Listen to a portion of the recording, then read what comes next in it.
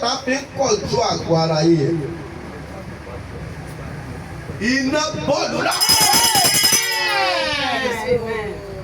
Another point that provoke undeserved blessing is the name of Jesus. Ní kíni? Orúkọ Jésù. Lórúkọ Jésù, ibi ẹ̀tọ́ yín wà. Ó tọ́ sí ọ̀pọ̀ tó ṣe gbogbo kúnú ẹni omi sàmì láàárọ̀ yìí. Lórúkọ Jésù, ẹ̀mí mi má gbà yín. Amen. That was the book of Philippians. Say, for we have been given a name greater than every other name. And in the name of Jesus, every name must bow. In Jesus' name. Amen. Your blessing, okay? Amen. Gbogbo tọ́ta fi ń kọ̀jú àgọ́ ara yìí yẹn.